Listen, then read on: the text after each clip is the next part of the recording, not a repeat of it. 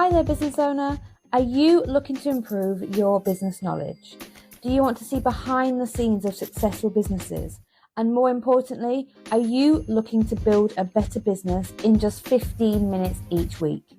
If so, you're in the right place. Welcome to the 3Bs podcast.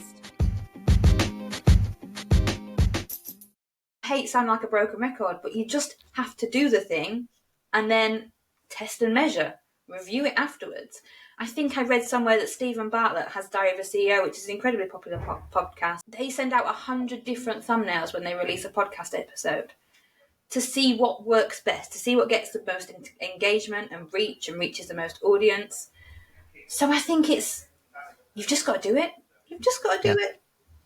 Yeah, and evaluate it, right? And that bit about personal branding that you kind of alluded to, like that's how you'll gain figure out your personal branding, by doing it in the first place, right? I started my journey as, was it Apple Core Productions or something on YouTube? Didn't get much traction. Don't know why. I mean, sounds like a great title, right? It's Apple. Everyone loves Apple's production. Everyone knows what production is. Why wouldn't that work? But as soon as I changed myself to Aaron Patrick, the QuickBooks chap, and started honing in on that personal brand, well, that's where the traction comes from. But if I hadn't posted the first video, I hadn't gone down that route of evaluating those first bits and seeing what, thumbnail worked and which one didn't, I wouldn't have been able to evolve what my personal brand was be. And you're doing the same, right? You're putting yourself out there. You're putting yourself in vulnerable places by, not sitting on the fence and actually going after this particular company. But actually that's building your personal brand, because now people know that you're not going to mess around. You're going to, don't mess with this person because she's gonna out you on social media, right? Like that's forms part of the personal brand, and you're building that as you go along. And I think that's what everyone's got to learn as well. There's not a magic button. There's not a magic wand that you can wave and say, this is your personal brand and that's your personal brand and that's yours.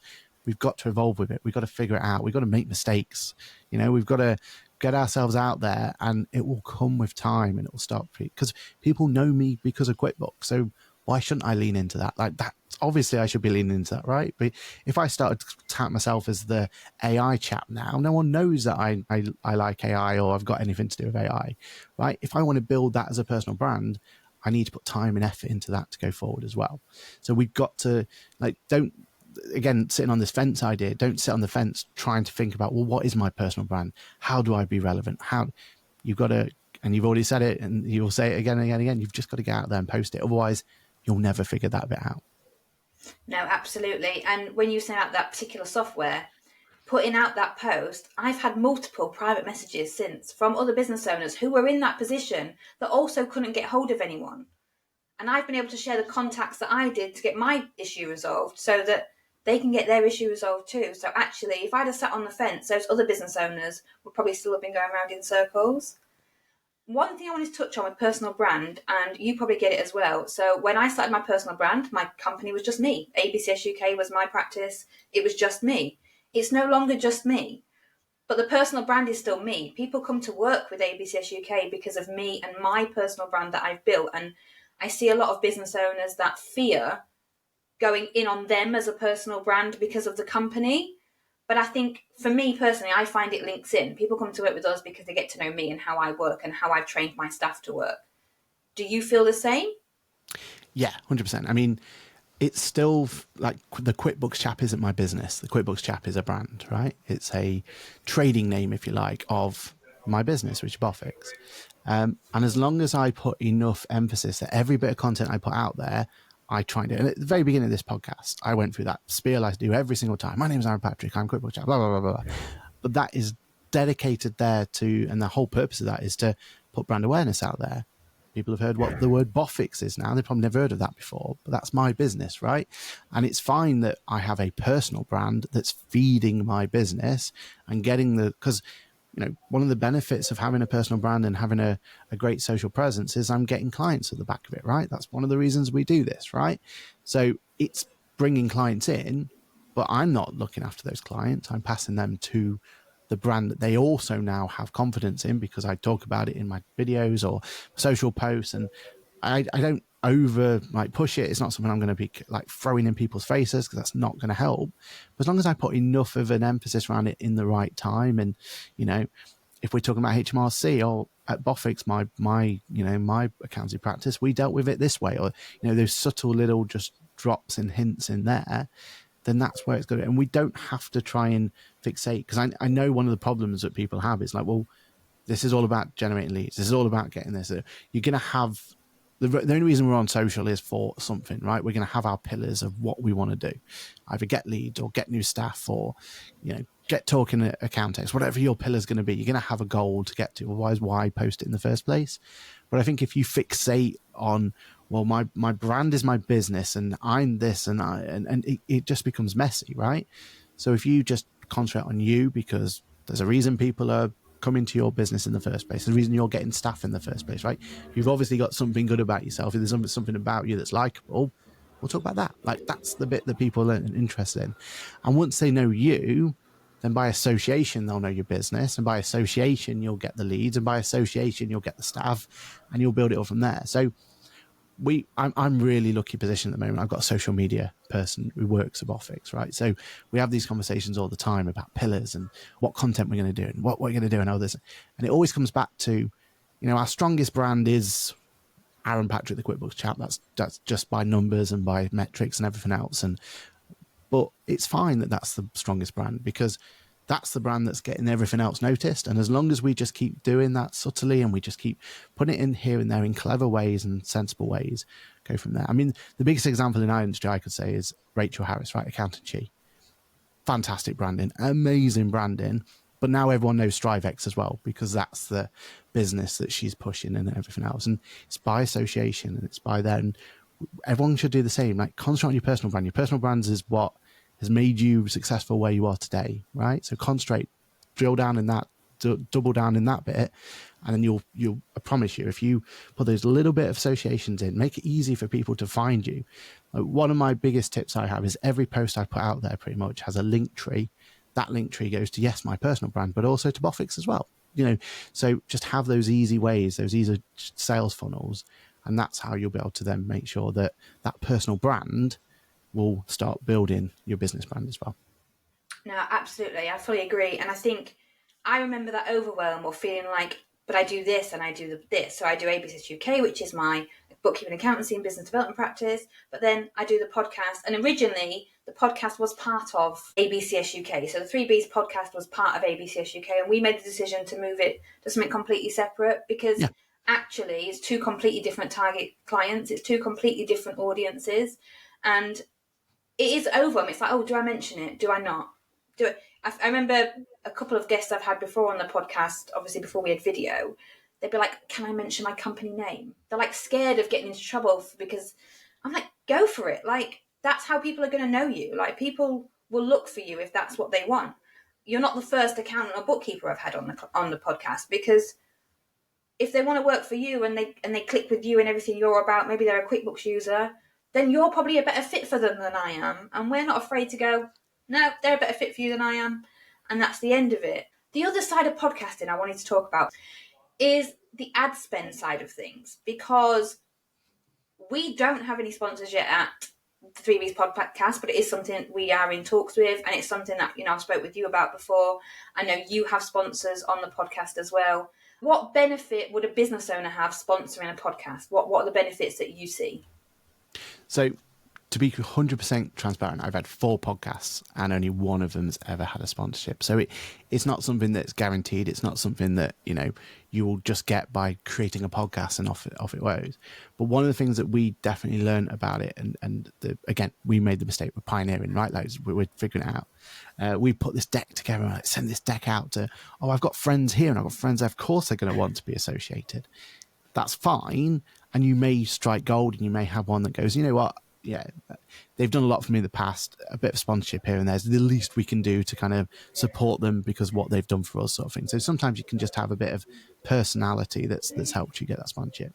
But most of the ones that we've secured now, or pretty much 90% of the ones we've secured now, is all down to the value we're putting on top of that. So yes, we can say we're sponsored by XYZ Limited on a podcast. That's great, right? And that's really powerful for a business, for a podcast that's doing well and getting traction and everything else. They can see the value in that. But actually, we do a lot more add-ons to our sponsorship. So we do them, we go to their office and we'll film them at their office, and we'll do a bit of a day in the life of, or we're calling it, we have cool locations, right? And we're going to these places and we're letting them tell the story, and we're making sure that they have, when we're doing shows and stuff, that they may have a little sponsorship on it, or we get them a top trump, or we put added value to them, and they can decide what they want, and there's different packages that's right for them and everything else. But it's that added value. The sponsorship thing, brilliant. That's like the anchor. That's the bit that they understand the most. So those added value bits that you can bring to them. It's that exposure that you can give to them that they're really interested in, because it becomes a value add. And we're all accountants and bookkeepers, right? We know if we tell our client, yeah, we're going to file a VAT return, they'll be like, okay, cool. What else can you do for me, right? That's the bit that most of the time is what sets you apart. That's the bit that, and we're really good in our own business of putting packages together and putting this bit where we go, look, I want to be your client. I want to be your accountant. I want you to be my client, because I think we're a good fit, and I think we can do this together, and we can work like this. Like, that's what we're really good at doing when we're trying to sell our own services. We've got to take that mentality and put it into our podcast as well, and social media and everything else. We're not just going to give them one piece of the pie. Let's figure out what else can you give them. What else can you offer on the table, so that it becomes a bit of a no-brainer for them. Of course, I'm going to give that entity this this sponsorship deal, because I'm getting all of this out of it, and I'm getting all of this from it as well. So we've just got to learn from our own business and and what we do well anyway, and apply it to our social media world. And that, to me, that was the light bulb moment. As soon as we started offering more than just a name on a podcast, and we started giving them extra, that's when we got the people biting. That's when people were interested and go through that. And I'll be honest, like, a lot of the time we turn people away more than we accept them, because we also want to work with ones that make sense for our brand. It's our personal brand's at stake here, right? So now we're a really privileged position where we can say, no, I'm not interested in that, but you guys really talk about the same stuff as us. We can work together, and let's think about maybe other things we've not even put on there. Like, how can this relationship work? And for us, that's how we've been able to secure those sponsorships going forward. Yeah, I think definitely it's sort of two-sided, in that they get the visibility, and the relationship is so important. And we're having this conversation today, but this is not the last conversation we're going to have, and we're going to help each other build our business as we go forward. It's that relationship, and I love that about podcasting in general. I love the fact that I get to talk to people. That is what I love to do. But I don't know if you know, but I come from motorsport. So I started out life in motorsport, bikes and cars. So I saw sponsorship deals in there. They're a very different beast in motorsport. And again, it wasn't just monetary. It wasn't just a sticker on the side of a car. It would be hot laps. It would be VIP tickets to some of the races. It's always a package deal. And I've been on email lists of people that have podcasts and have sent me a list of, you could sponsor our podcast, and it's literally just price points. So I think I just kind of want to forewarn business owners that if they are looking to sponsor, that you can get so much more than just a name or a bit of branding on side someone's episodes. I think that's really important. Yeah. And call it a partnership, right? In Accountex this year, there was Air Wallet, I think it was called. And the only reason I knew Air Wallet is because they had the McLaren logo everywhere, and they had a little McLaren car there, and they were even dressed in the McLaren thing. So back to the motorsport analogy, right? And we went up to, we were dressed in pit stop clothing, because that's our branding, right? We're Pit Stop Podcast, so we were there. And so we went up to have a conversation about, so you're dressed as Formula One and we're dressed as Formula One, what's going on here? And the reason is because that was a true partnership. So this Air Wallet software that they're trying to promote Accountex to other accountants, the reason they have such a good relationship, and they pay the sponsorship to McLaren, but they don't see it as a sponsorship, they see it as a partnership. McLaren are using their technology. McLaren are building on their technology. McLaren are relying on that technology, right? And that's what the sponsorship deals here need to be as well, in this, especially in our space, right? We can help so much our software providers, other, Caplan or whatever, wherever the sponsorship deals are going to come from in the future, right? We can help whoever that's going to be, even if it is just, one of your clients who's looking to get more exposure, build it into some sort of sponsorship. I think that's the key. It's less sponsorship, more partnership. And I think that's where the opportunities are going to arise. Yeah, and I guess the other thing as well is we can apply our zone of genius to them so that they can build a better business, which at the end of the day is all any of us want to do, is succeed in whatever format success is to us, right? Exactly right. Exactly right. Right, we really could talk all day. I love having you. Thank you so much for joining me today. It's been really lovely chatting with you. So that people that are listening can find you, where is the best place to find you? By far the best place is my YouTube channel, Aaron Patrick, the QuickBooks chap. From there, you can get links to all my other social media if you need to. But no, it's that one where you can, and even if you're not QuickBooks related, there's always some bit of tips on how to use your accounting software to the best of your ability. Amazing. And I will pop the links in the show notes as well so that people can just click through nice and easily. Thank you so much for joining me. Thank you. It's been an honour. And that brings us to the end of another episode of the 3Bs podcast. Thank you so much for listening. Please connect with us on social media. Like, rate and review wherever you are listening to this podcast so that I can help more business owners build a better business.